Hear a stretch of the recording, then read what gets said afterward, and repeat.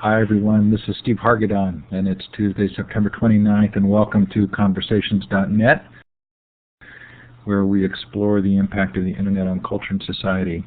We're sort of co-hosting with FutureOfEducation.com, which is my education interview series, because so much of what John Seeley Brown has to talk about relates to education. He is our guest. He's affectionately known as JSB. I called you John in the last interview. Do you prefer JSB or John? Well, if you want me to respond, probably JSB is safer. Okay, I'll say JSB. So we want to welcome JSB. Yeah. Thanks so much for being here. Also with us is Teresa Beffa, our Conversations.net intern/co-host. How are you, Teresa? Not hearing any sound from Teresa. Hello. Hi. Can you hear me now? I can hear you. All right. So okay. Hi. Hello, Mr. JSB. Mr. JSB. Hi, greetings. Thought I'd change it up a little bit. Oh, God. That's a first. So Teresa will be taking note of any questions you ask in the chat. So the chat tends to fly by fairly quickly, and if you want to ask your question in the chat, she's going to try and record those, and we'll call on her every so often and see if there's something that's come up. Or Teresa, feel free to raise your hand. You are in Elluminate, and I now work for Elluminate, so I get to do a little bit of an Elluminate plug, but we have a free social network for educators called Learn Central that combines traditional social network tools with the sort of live interaction you have in this kind of a session for free. So if you haven't been to LearnCentral.org, please come. It's my passionate project right now. I'm sort of the Tom of MySpace for Learn Central, and come and see the kind of fun things that we think we're doing for education there. Coming up on the interview series, tomorrow, Howard Rheingold, Joyce Valenza, Francis Harris. We have a great show on librarians. This is sort of a follow-up to shows that both Howard and Joyce have done in the past. It should be a lot of fun. Thursday, Alan Weiss, who started ThinkQuest, is going to be on talking about businesses that participate authentically in education. Next week, Dennis Litke, a session on learning games. Later in the month, SRI will talk to us about Tapped In and what they've learned about educational communities and social networking. In November, a little bit of fun with Tim Westergren from Pandora, Henry Jenkins, Howerson and Collins talking about rethinking education in the age of technology, Larry Cuban from Stanford, Dan Willingham on why students don't like school, Bob Compton on the video's 2 million minutes and his new follow-up video, Curtis Bonk on The World is Open and still to be scheduled but committed are Clay Shirky, Beck Searles, Tim Magner, David Thornburg, and James Paul Gee. So a lot of fun, so please stay tuned. If this is your first time in Elluminate, then I want to make sure you have a bit of an understanding of how it works. So you can see the participants in the participant window, and you can actually send a chat to the whole group or to individual participants in the chat box, which is right below. If you do send a chat to another individual, be aware that JSB, Teresa, and I actually see those chats. They're not fully private. And there are other ways for you to interact. Some of you saw that little hand with the green up arrow earlier. And if you click on that and raise your hand, we'll know you want to ask a question. This is an interactive session, so please feel free to raise your hand. Leave a message in the chat or raise your hand, and we'll try and make sure that you get a chance to participate. Next to that hand-raising icon are a smiley face, a clapping hand, a confused look, and a thumbs down. We don't anticipate anybody doing thumbs down tonight, but there are ways of you letting us know how you feel. There's a green check and a red X. If we should ask a question, that's a green check for yes and a red X for no. You also have this big whiteboard area here, which we're not going to use much tonight, but we do want to give you a chance to use it right now. And to the left of that, you'll see some different little icons that let you do different things. And we want you to click on the wand. That's the little stick with the red dot at the end, and let us know where you're listening from by clicking on the map. We have a little bit of an international group tonight, I kind of noticed from the shout-outs. Well, wherever you are, we're glad you're here. In Australia, did you get any tsunami wave there? Do you know? I guess that's good. I don't think they were expecting much in Hawaii either.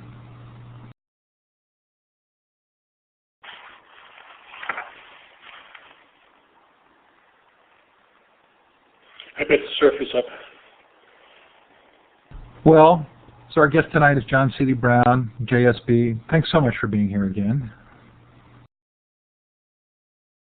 My pleasure. So would you give a little introduction to yourself? When someone asks who you are and what you do, what do you say?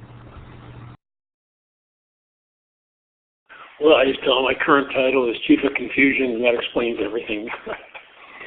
I think the important part is I used to be the head of Xerox PARC and the co-founder of the Institute for Research on Learning. But I stepped down from that, almost 8 years ago now, and now I'm basically out on my own. I have a kind of research center called the Center for the Edge with John Hagel, and I tend to do a fair amount of writing, articles, books, several startups, and at the MacArthur Foundation trustee, probably the trustee there most responsible for pushing their whole digital learning and media strategy. I'm going to click on our web tour here and put your website up so people can see where to go if they want to get more information. I'll also put that link in the chat so you can look at it later. A lot of good videos and papers there. Fun site for me to watch or to look at. I really enjoy going through that material. Was very proud for several months when my name actually appeared on your homepage because of a previous interview.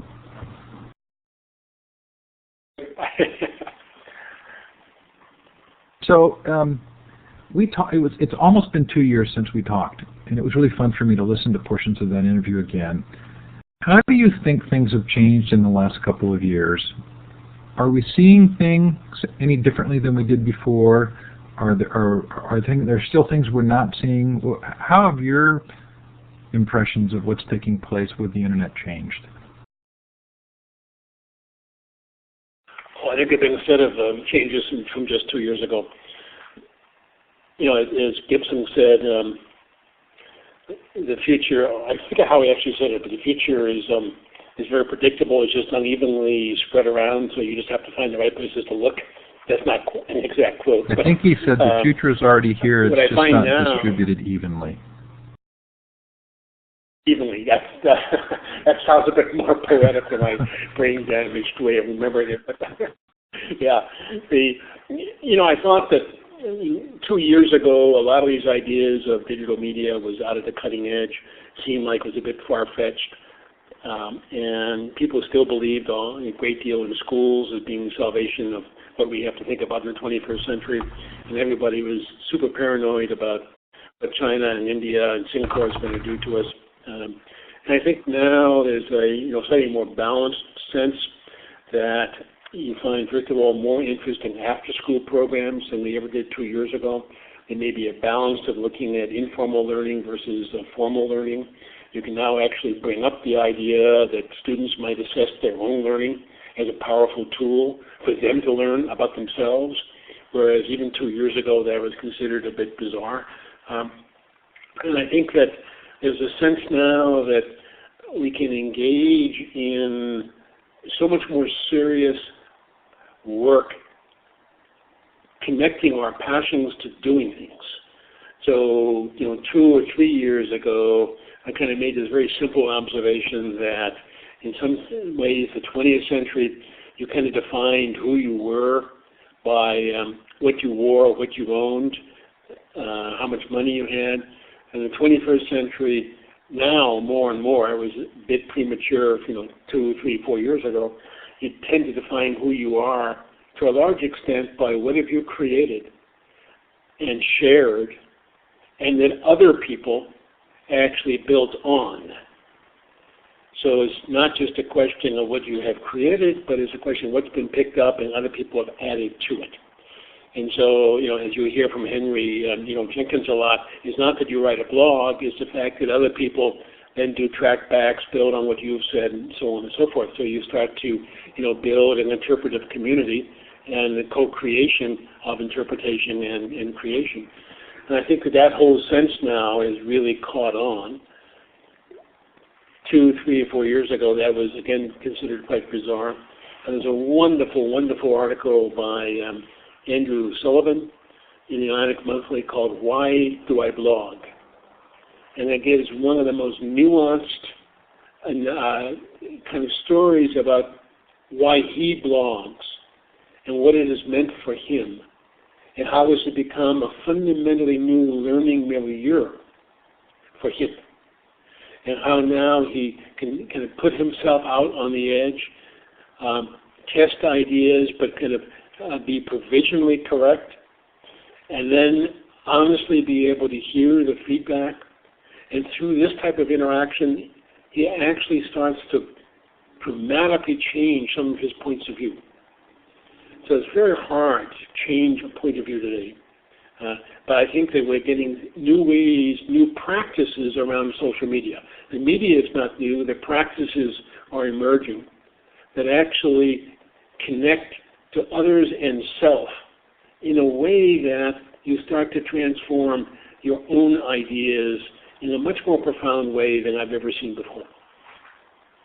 So I have a brother who teaches at University of California, Davis, as it turns out, and he wrote a book called How Breakthroughs Happen, and he's been working on a new book. And one of the complaints he has is that he doesn't feel as though the higher ed academic environment really understands the kind of building on and the helping that you've identified there as being so powerful, that it's still very much, he needs to be worried about his own ability to publish or perish. Yeah, and he has a lot to worry about, because the Academy is one of the slowest, most backward institutions in beginning to understand complete new genres of participation and new genres to actually have an impact on the world. So, find me a school that will actually look at your blogs as part of your tenure case. And I'll find you a very, very unusual school, because today that's not done anymore. I mean, not anymore. I mean, it's not done. And it's going to have to be, because in fact, the ways we contribute to the social good is not just through journals, not just through books, not through just teaching, not just through mentoring students, etc., but it is by actually connecting with the world at large in new ways and start to grow my own understanding and others at the same time. I was really struck by Ron Cole, that actually, is a brilliant Middle Eastern kind of policy guy and historian. He writes very scholarly stuff that must be read maybe by 100 people. But he writes this blog called The Informed, is in my clicks box, Informed Comment, that is probably the single best source of understanding what's going on in the Middle East. Does he get credit for that? Well, he will now, because so many people refer to that blog in the scholarly tradition. But in fact, it really hit me that the Academy was not taking that stuff seriously, but just looking at the scholarly papers. And if you want to get ever depressed at some point, ask how many people actually have read a particular paper you've written in the Academy, and the answer is enough to get depressed on.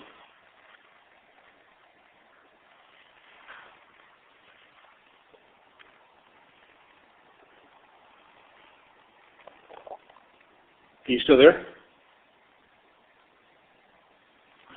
So I think my audio lagged there a little. If there was a pause for me, it's because my audio is catching up. I apologize. I'm sorry. You can see a little red dot next to my audio, and it means my internet connection that we talked about somehow slowed down. Hey, when we talked before, I don't remember you mentioning Second Life, but in the talk that I listened to today, you seemed to refer to it a couple of times. Have your perceptions of Second Life changed? Yeah, I think, the concept of virtual space is as intriguing as ever.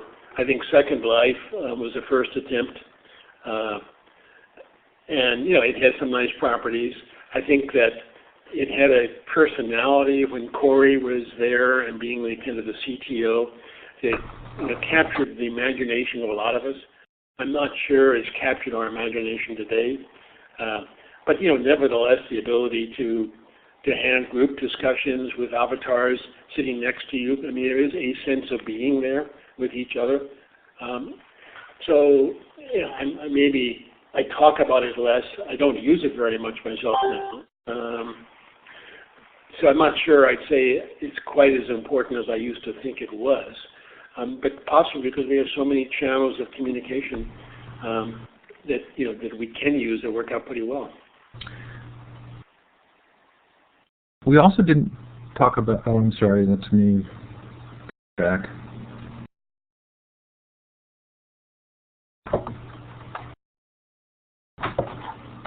Am I back on? Can you hear me? Give me a clap if you can. So thank you. We also didn't talk about cell phones, and I was sort of thinking about what's changed for me in the last 2 years, and it certainly feels like the cell phone as an internet device has sort of dramatically changed my day-to-day activities. Have you thought much about that? I thought a great deal about it, but I didn't think it was particularly new. My immersion in cell phones come from my work in Asia. And basically that is a cell phone culture. The cell phones aren't quite as sophisticated as ours, but I mean the whole role of the mobile. And I would say kind of the key notion here, slightly more general than cell phones, but is this sense of learning on demand. So the sense of wherever I am, I can pull stuff down, I can join discussions, I can find things and so on. And especially if the system kind of knows where I am, you get the ability to do some moderately sophisticated filtering of information on the fly that way. I think that the cell phone is going to turn out to be almost a more natural medium for the younger generation than the laptop. I think that's why you're going to see Steve Jobs doing something very interesting in his iPad or whatever he will call it, if it really does happen. But I think that if you really look at what you do with the iPhone, if you do what you do with Kindle and so on, you're beginning to find something that you just always expect to be there and to be able to access things with almost without thinking. And that sense of being able to have it ready at hand, a phenomenological notion, I think is what we're really talking about. And when you start to be able to reach through the interface onto the world, be it Second Life, probably not, but be it information in general, if I can feel like the interface has disappeared and I'm reaching through it, then it's a whole different feeling. Well, already getting a little bit of that feeling with the iPod, the ability to gesture, all this, starts to kind of let you have a natural, interaction with practically the information behind the screen, not just the screen. So one of the things that seems to be a theme that I hear you saying is that learning is no longer really seen as a function of place or maybe even institutions, but it's taking place everywhere, that we're becoming much more of a learning culture. Is that a fair way to frame some of what you've said? Oh, absolutely. And I think, as you saw on my website, what I found so interesting is I think up until about the 1980, tinkering was an incredible part of learning, informal learning and formal learning. Your ability to kind of work with systems, play with systems, and so on until you got kind of a feeling how they were responding. For guys, it was very easy because we worked on automobiles, motorcycles, radios. For gals, there were kind of equivalent types of ways to kind of tinker with structures, objects around. Around 1980, 85, whatever it was, nobody kind of noticed, but tinkering went away. Why did it go away, by and large? Because everything we were dealing with, all the artifacts that we were used to tinkering with, became cognitively impenetrable. You can't open up a watch anymore and understand it. You can't even open up the hood of a car any longer and understand how it really does work, and so on and so forth. And so basically you stopped tinkering. Basically when things broke, you threw it away. And so you just kind of expected to take things as they were, which is a terrible way because you couldn't do mods, you couldn't do mashups, you couldn't do anything, although we used to be able to do that, again, with physical objects, electronics, so on. But around the mid-90s to 2000, one of the wonderful things that social media and multimedia did is brought back tools to be able to craft structures and contexts. So you could start to make malleable things that you never even dreamed of before. And tinkering came back in. And in fact, the tinkering of today is probably more gender neutral than it ever was. And so now you can kind of play with complex systems either by yourself or collaboratively. You might say kind of radically extending an open source point of view. But from that tinkering, you start to get a feeling for something. And I personally believe that creates the foundations for being able to pick up almost anything. And so if you can't play with a system and complex systems, you really don't have the semantic basis and the gut intuitions of what to expect. You don't understand, for example, unintended consequences, which is not something you can read about. You have to stumble into it. So if I were doing my own little mashup of the things that you've talked about and the things that Clay Shirky talks about, it seems like there's this tremendous opportunity for students to be actively involved in experimenting in real-world circumstances in trying to create or to help facilitate outcomes around areas that they're passionate about and where their education becomes much more of a mentorship, apprenticeship model where they're actually doing real things. Have I overstated your position there? No, in some ways you may have understated it. I mean, that's absolutely true, and that I used to use open source, as one of the best examples of how 1 million people have learned the practices of certain kinds of programming. Through this kind of cognitive apprenticeship, distributed cognitive apprenticeship, if you wish. I think that something else is at stake here now. And let me just kind of step back a moment. And if you think about how we thought about education for a long time, there was a sense of the Homo sapien, man as knower, focusing on knowledge and maybe eventually even knowing, which is much more of an active thing. But then we add to that a second notion, and that is Homo faber. So we have Homo sapien, man as knower, and Homo faber, man as maker. And then you get some very rich interplays between the making and knowing. Okay? And that rich interplay is what often underlies a certain kind of class of tinkering and so on. And we kind of know what that means, I think.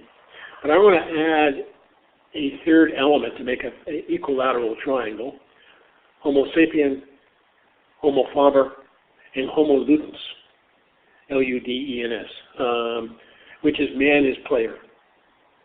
And this whole notion, I think we have underestimated the role of play.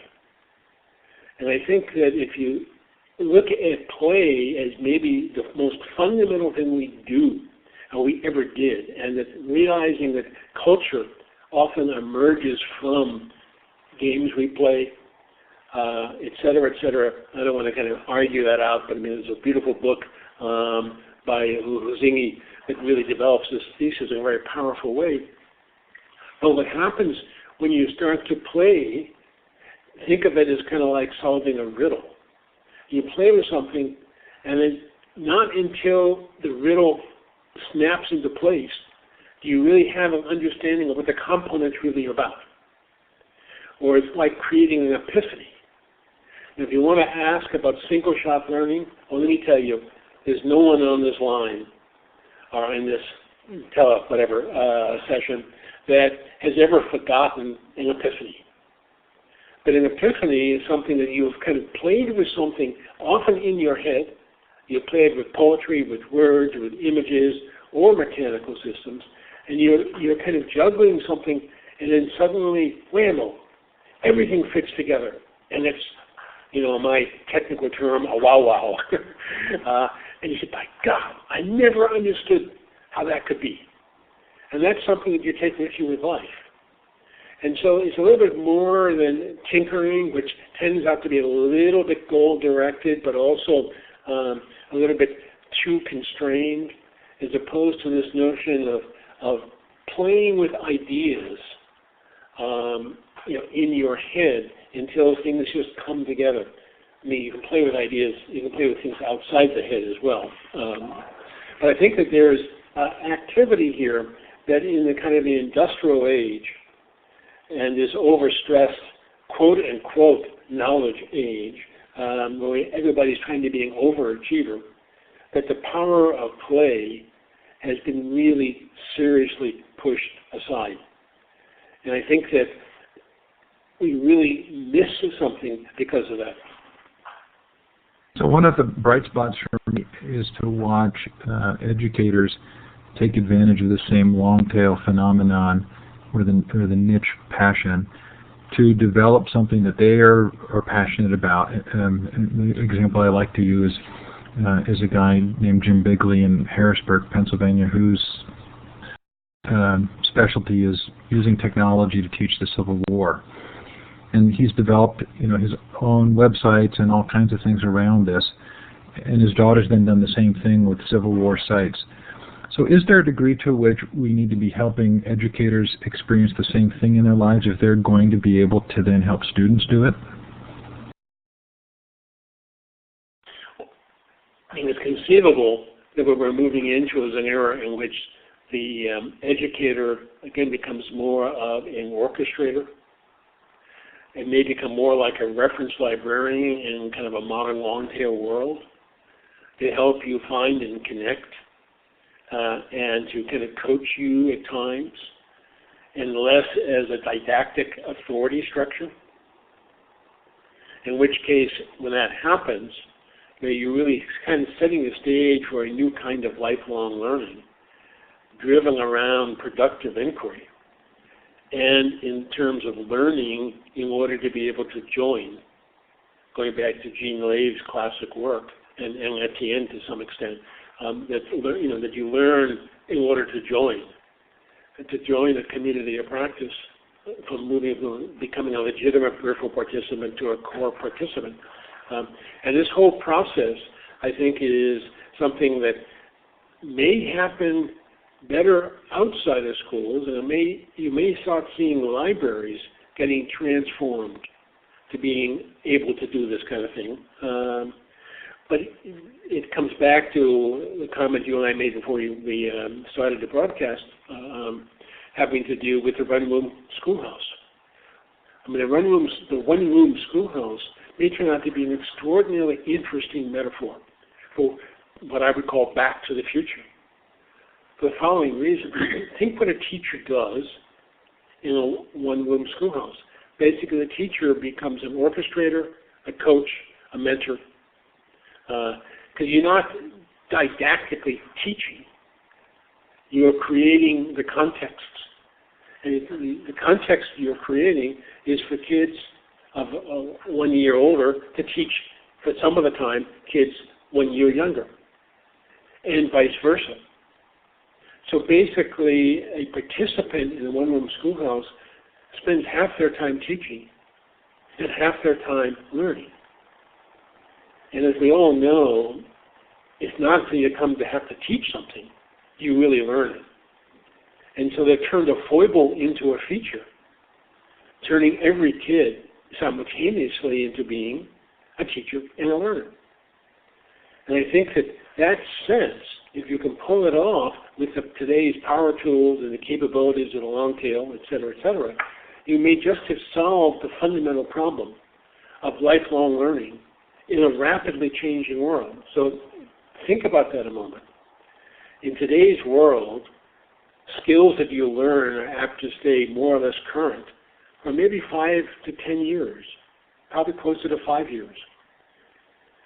50 years ago, they'd stay relevant for an entire lifetime.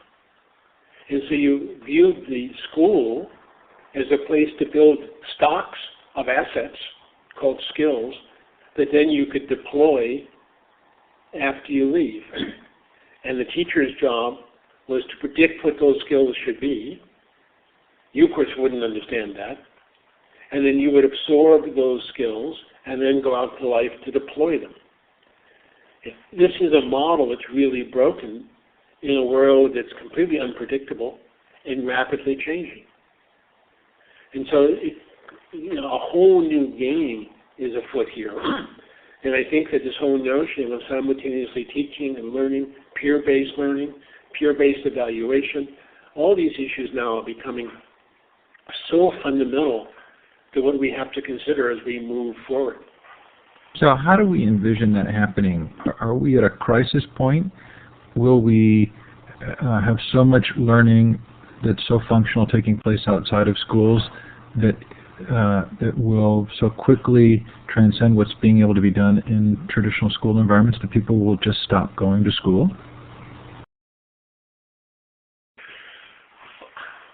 Well, you have, I don't have it in front of me right now, but you have a very interesting guy coming on in about 3 weeks from now from Providence. You know what I mean? Let me bring up well, actually, that's passed me by, but he runs a set of schools on the side in Providence, in a really tough area of Providence. Dennis Lutke? Starts with a D. Dennis, okay. Look at what he is really doing and how he approaches this whole game. He completely understands that these kids want to learn out in the action, and the school becomes actually about a 12-hour place that is safe for kids to come and try things out and work, and then they go out into local industries and do a lot of mentoring, being mentored out there. And the whole sense, if you walk on his campus, is not a feeling that you would think of as being a school. I find it very interesting because, as you know, I spent a great deal of time in Singapore. I have been for 20 years now. In the last 3 or 4 years, Singapore is going through a complete cultural transformation from an industrial age to a knowledge age, where the Minister of Education there decreed 5 years ago this mantra that when I first hit it coming into town that time, the mantra is teach less, learn more. And so we have to think more about contexts that enable us to get away with teaching less and learning more. And schools could become community centers, could become community libraries, and perhaps the most important thing to recognize is if you actually record what a kid does during the entire 12 hours or 16 hours of a day, they do spend a very small amount of that time in school, but look at the trajectory they go through in the ecology around them. And so if you start thinking about how do I build kind of an ecosystem that when they go onto their trajectories through this system, they become learning events. And I think you're going to find that the school itself becomes less dominant as the fundamental learning node, and trajectories through these ecosystems become more dominant. And then the question is, how do I show what I've learned? And that's going to come about by looking at portfolios of what I've done. And one of the things that surprises people the most, the way we used to run Xerox PARC, is that, and people are pretty stunned by this. I can say, and I was engaged in hiring almost everybody there for 15 to 20 years. Never once did I look at a transcript. It just didn't matter. What really mattered is what that kid could show me, what he or she had done, how they could discuss it, and what kinds of sensibilities and tastes did they have in picking a problem to work on, and how could they discuss the ins and outs of what they built, and so on and so forth. And that's how that's how I've always thought credentialing should go. And that's how we actually make big decisions on whether or not to hire people. So I think that even the most fundamental role of testing and credentialing is going to become less important because we're going to have portfolios that show what we've done. And yes, those portfolios will be done collaboratively. They will not be singleton projects. But if you do these portfolios, if you do these collaborative projects in networks of people, you'd be stunned at how everybody kind of knows who did what. And I just kind of returned from Switzerland over at CERN. And you must have probably 5,000 physicists working over there. If you look at an author of a paper, there are probably 100 to 200 names, maybe even more on a paper. And you ask, well, how do I ever get a job? Well, the answer is I can call up almost anybody on that paper and ask them, what did this person do? And they'll be surprisingly articulate on what each of us did. It's kind of a peer-based evaluation in terms of the contributions to the project. So it feels a little bit like there's this enormous power shift going on. If you move from transcripts to an e-portfolio, and then you maybe even move toward conscious representation of a passion through website presence and accomplishments on the web, are we going to see, do you think, a participation gap? Are we going to see a whole new kind of set of characteristics and skills become the dominant forms of success? Oh, I mean, the participation gap that Henry, would talk about is a very serious issue. What I find interesting is there's a term that Anish, the new CTO in the White House, is fond of using from when he was the CTO of Virginia, called hidden talent. And the catch is an awful lot of the people who are underachievers as opposed to overachievers have tremendous hidden talent. And we just haven't created the context that they care about in order to manifest and develop their talent. And that is a national crime. Because an awful lot of the real innovation lies in this kind of, let me call it the hidden talent, is turned off by the push for AP courses in terms of what all the overachieving kids feel they have to do. And so I think that you're going to find, as we shift to this new world, it may actually start to privilege people that have not been privileged before because they actually can do things. And that ability to do things is pretty important, and I think we're creating more power tools than ever for that. So, I'm part-time at USC, where the film school created this wonderful institute called Institute for Multimedia Literacy. You may want to have the head of that on at some point to talk to your group. The most interesting thing that hit me is the A+ students would freak out taking courses at the Institute because they didn't know what the rules were for getting an A. They knew how to play the game in the overachieving paradigm. They did not know how to play the game in terms of the creative side. And they would often drop out because they were so afraid, because they just had no way to find their way in an unstructured or relatively unstructured space. And yet so much of what we're doing is moving into relatively unstructured, rapidly changing spaces. JSB, you sent me a paper on sort of deep changes taking place in business. And I'm wondering how much of this story is a resurgence in entrepreneurial activity? How much are we going to see that innovation and entrepreneurism are facilitated by the internet? And what impact do you think that's going to have on traditional business? I think they have tremendous business, and I do a lot of work on cloud computing. And one of the most interesting things about cloud computing is doing at this first disruptive stage. We're going to claim 4 waves of disruption, but I won't bore you with taking you through all the waves. But the first wave has to do a lot. The first wave of disruption has to do with how innovation is changing. Because if you go out and do a startup and you go get some money, what's the first thing you have to do to get off the ground up until very recently?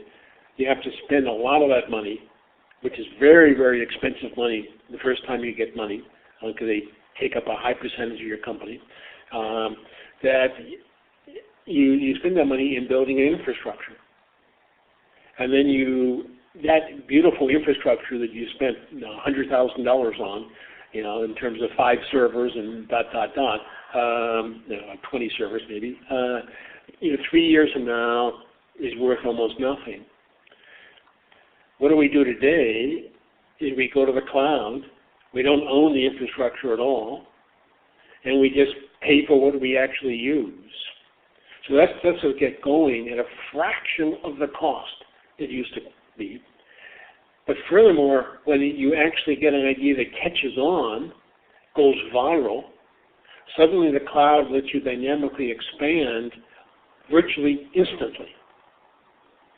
So you have this ability to be highly elastic in terms of your ability to serve a rapidly varying community of users. And when something goes viral, you can run with it and not lose people. And I can tell you numerous stories of companies that have just been able to scale overnight from 50 servers to 5,000 servers because a particular app that is really cool got posted on Facebook, and the thing went wild. So I think that you're going to see huge amounts of ability for a lot of us to be able to start companies on almost no money. And that is a real change. So in the talk that I listened to today from you, you said that we are in, it's a brewing perfect storm of opportunity. How much of it is storm and how much of it is opportunity?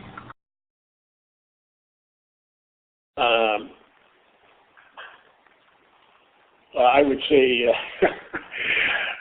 quite honestly, I never separate the two. I mean, a storm is a very exciting time, right?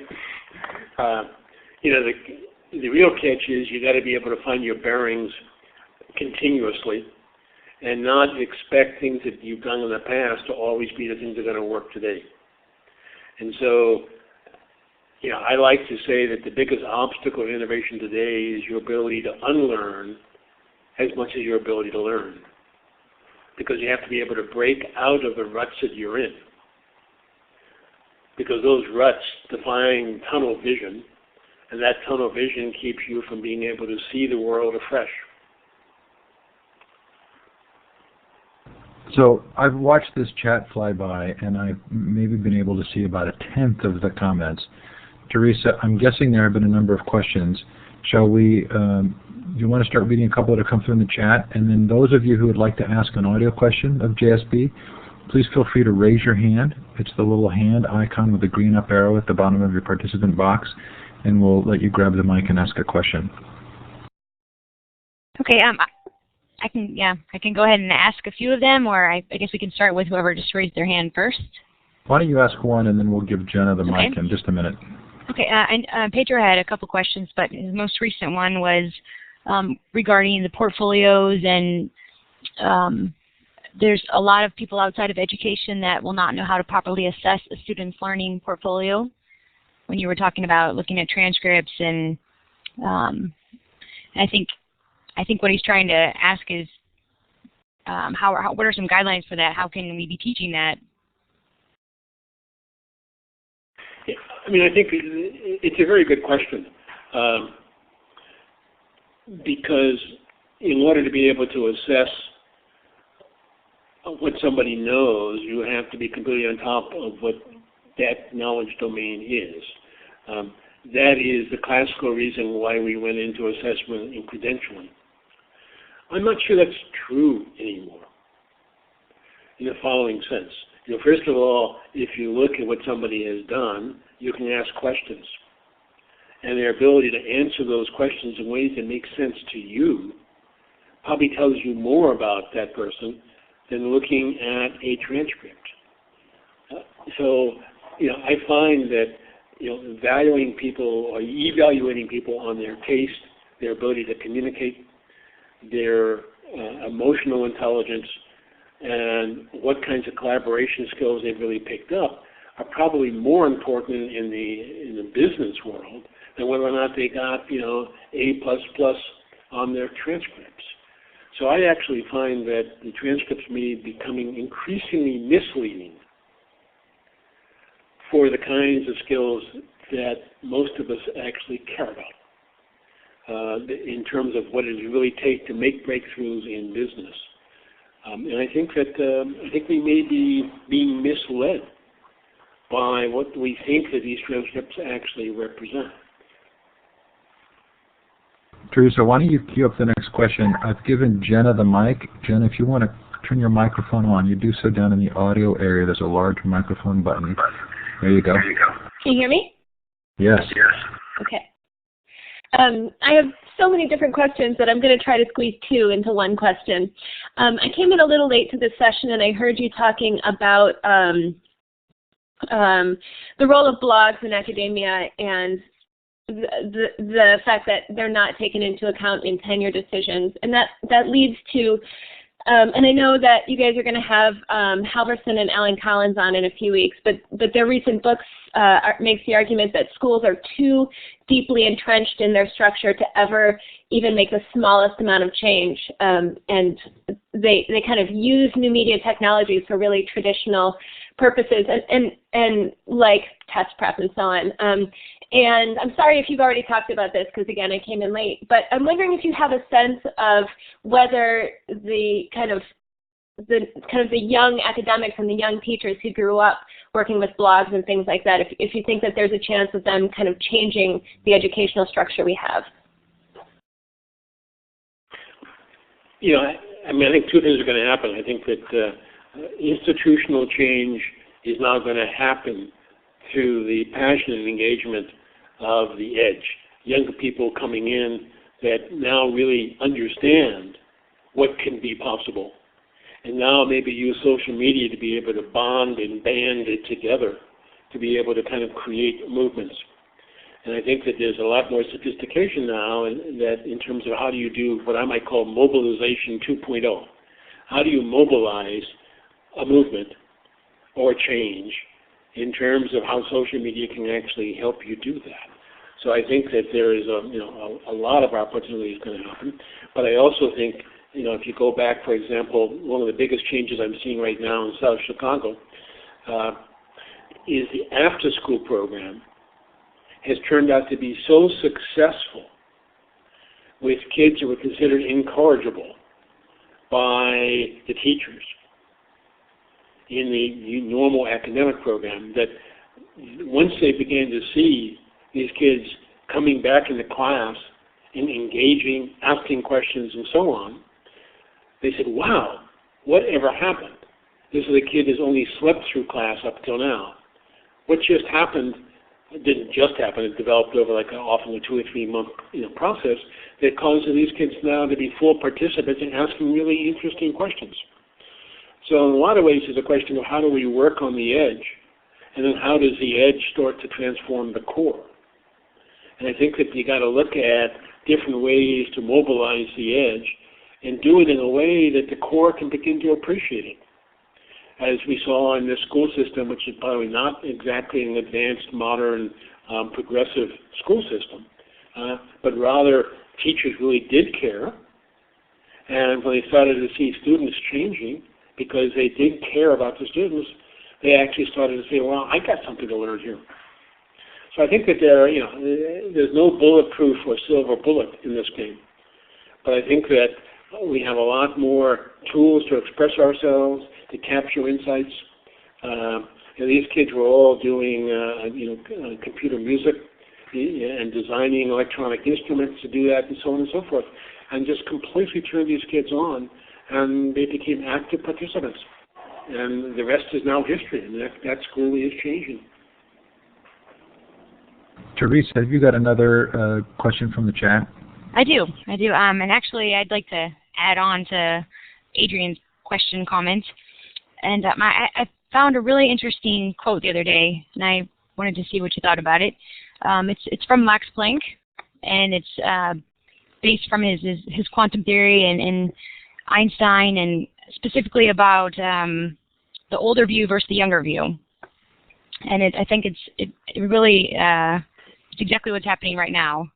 So a new scientific truth does not triumph by convincing its opponents and making them see the light, but rather because its opponents eventually die and a new generation grows up that is familiar with it.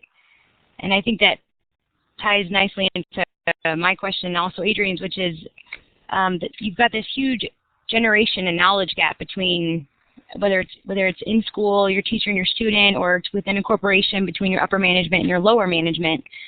And is it really going to take time before these people are out, the executives are out, and the older teachers have retired, or how do we approach that? And basically, Adrian's specific question was, how do you see the tinkering and play in K-12 education in schools and the value they see in student learning actually making the difference to corporate level support? So to take these innovations on board as core business ideas to roll out across the whole organization. So it's kind of a two-part question. Right. I mean, first of all, I asked Dennis when he comes on. I think you're going to find that his program in Providence has found a way to uncover and unpack an incredible amount of hidden talent in this inner city, by the way, unbelievably drug-ridden, crack-based neighborhood. These kids are now getting fantastic jobs, all around the neighborhood. I mean, all around the industries around them, and basically they have transformed their lives. The students and the kids have transformed their lives through this kind of a process. Maybe because I spend my life in parts of the world doing this, but you could just say that I have too much faith in the system. I'd like to say that I don't think we have yet taken on seriously multiple ways to morph the system.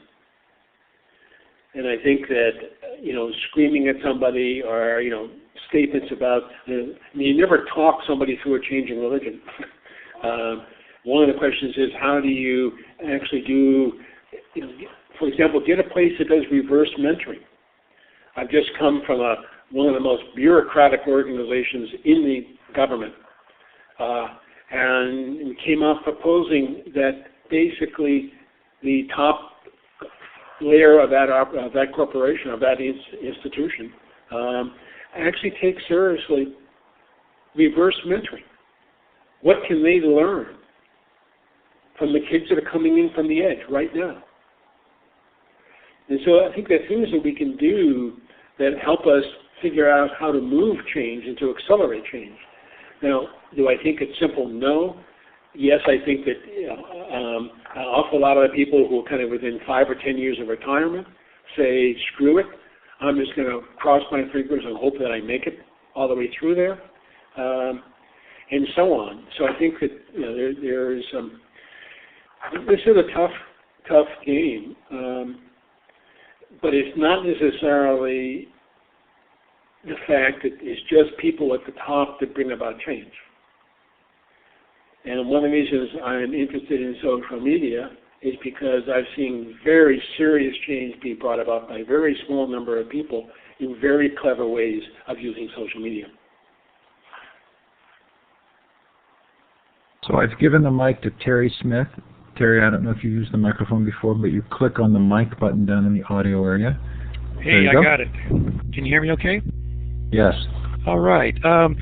John, Jenna mentioned this a minute ago, and it's been in a couple other questions also. I come back to the idea of the new teachers coming in. I'm a teacher educator myself, and what I see is that after I feel like I've armed teachers with new tools and using social media, when they hit the schools, they hit the Seymour Papert idea of the school tends to take what they're bringing in and either strip it away completely or they morph it into something that fits their terms. Okay, so that is that these kids come in being taught to be even more cognizant of, how to use raw data. That's so important to assess their students, in the effort to fend off AYP sanctions. So they go into this big fear situation, And so many, like I'm saying, are being directed away from social media, even though they're using it in their own lives. And they walk into this storm of stop what you're doing.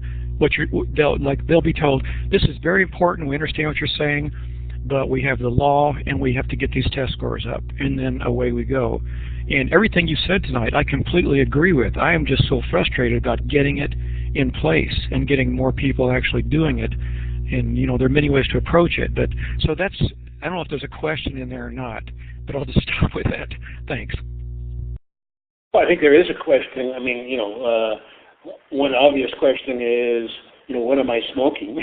You know, in the sense that, first of all, you guys spend much more time in the bureaucratic school systems, obviously, than I do. And the curious thing is that almost everything we're doing kind of at the MacArthur Foundation is looking at how to build up the edge.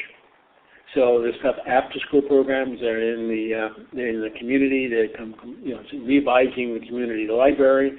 You know, I was just in the community library in downtown Chicago last week before last. You know, as soon as 3:30 happens, this 300 by 100 foot room is just filled with kids pouring in there now, working on projects because they're mentors with a lot of social media and et cetera there.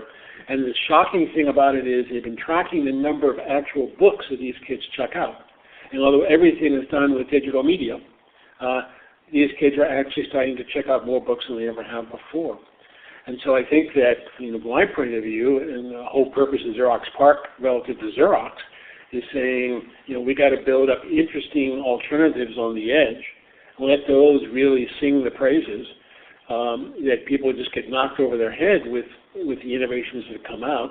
And if they don't accept them, then eventually the system, the edge, rolls over and completely consumes the core. And you get much more of a kind of a creative tension developing.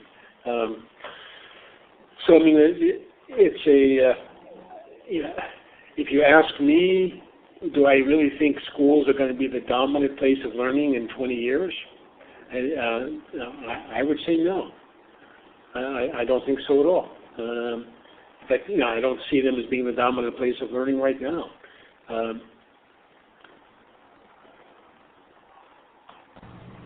Okay, that's kind of a nice, stunning way to wrap up, JSB. Hey, I know that Recon 77 has been waiting to ask a question. And Recon, hang on just 1 second, but I'm want to express appreciation to Illuminate and to my passionate project, Learn Central, for sponsoring conversations.net and futureofereducation.com. So please do visit learncentral.org, and we'll hope to see you there. And I'm going to leave up on the screen the upcoming engagements that we've got, and I'm going to put in the chat the survey for tonight's show, and I'll hope that you'll if you get a chance, you can actually fill that out. Once you leave also the session, your web browser should pull up with that survey, and it really helps us if you let us know what you thought and where we're going. So very quickly, Recon 77, you want to grab the mic and ask your last, I'll have this be the last question.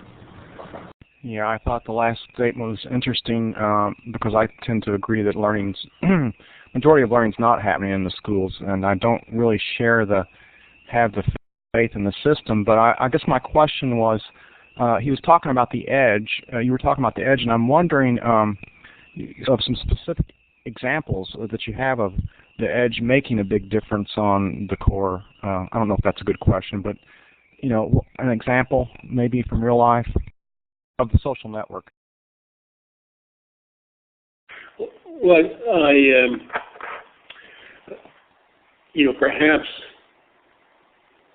the most dramatic example I just happen to have in my mind, I don't know why right now, is you're going to find there's a Facebook group on Burma. And it's about 55,000 people now. And that Facebook group managed to mobilize enough attention on what was going on, and they found some very clever ways to get cell phones and satellite dishes into Burma to get images and stories out, that the junta felt that they had to come to the United Nations to kind of have a presence. And this is after the most powerful country, or one of the most powerful countries in the world, the U.S., failed to get any acknowledgement at all. And so I think that, I'm going to steer away from Iran because that story is too complicated, and I'm not sure we know what really had happened there with the Twitter accounts. But you see things like that happening that I think is pretty damn interesting. In my own neighborhood, we had a set of kids that had been thrown out of school. They're considered incorrigible. And what we actually did is we gave them video cameras, and we said, if you compose an argument, a visual video argument that makes a point, we will get this played before city council. And lo and behold, you'd be surprised, all of a sudden these totally, what is classified as illiterate kids, managed to compose a pretty powerful visual argument. Because a lot of us think visually. We know how to tell stories. We know what stories work. And so, it was kind of talking to them. Again, it was kind of uncovering kind of a hidden talent that this group actually had. And it gave them a voice. It gave them a voice in the sense that they thought, and it did happen, that they would be heard. And so this changes this whole dynamic. And it's things like that, it doesn't take more than one or two events like that kid becomes changed. So the idea in a world of rapid change to think that school is the fundamental place where learning happens, in the 21st century, seems like about 100 years out of date. Okay, let's stop there. I'm putting up the survey again. JSB and Teresa, please don't close that window because as moderators, if you close it, it closes for everybody. I'm gonna clap for JSB right now and encourage you to do so. It's the little hand with the red lines coming out of it down at the bottom of the participant window. As usual, just a sort of stunning tour of great ideas. Thanks so much for taking the time.